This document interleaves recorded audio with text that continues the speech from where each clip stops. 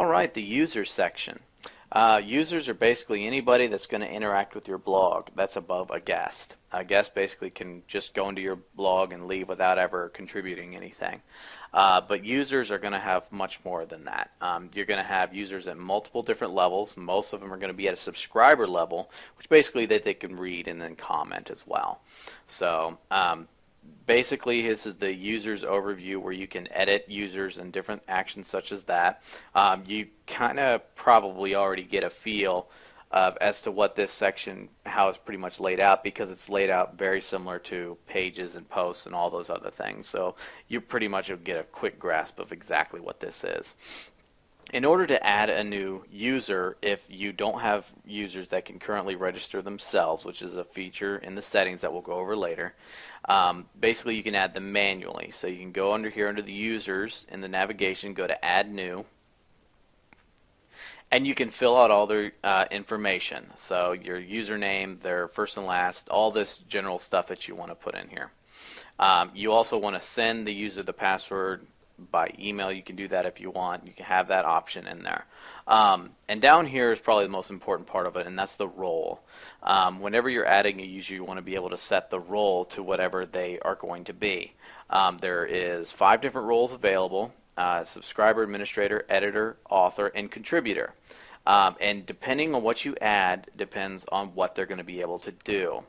A subscriber and a contributor is only going to be able to do very, very limited things. A subscriber can only comment and read.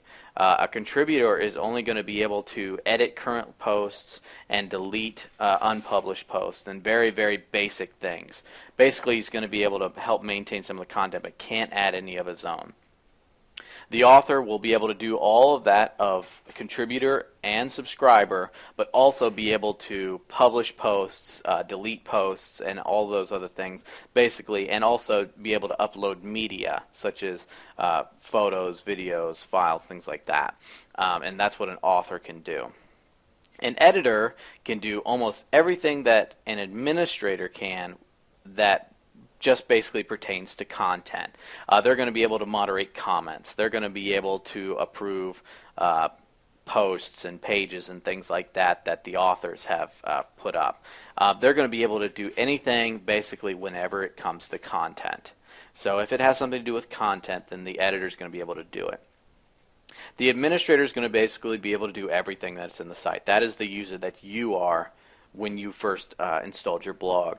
You're going to be able to do everything content related plus all back-end stuff, such as being able to plugins and themes and other such maintenance type things that are within the site is going to be as of an administrator's role. So actually, WordPress has a roles and capabilities list within its codex, which is basically like its gigantic instruction manual.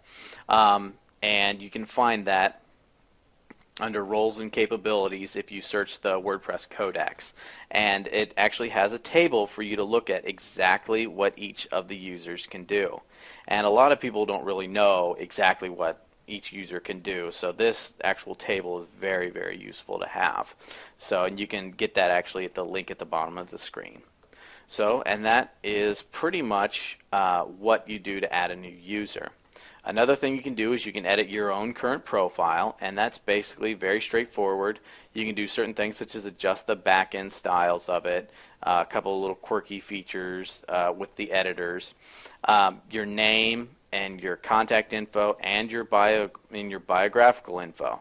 And some themes will actually show this bio here. So this is something that you may want to add onto your actual profile. And also you can do your password change right there. And if you click profile, everything will be updated.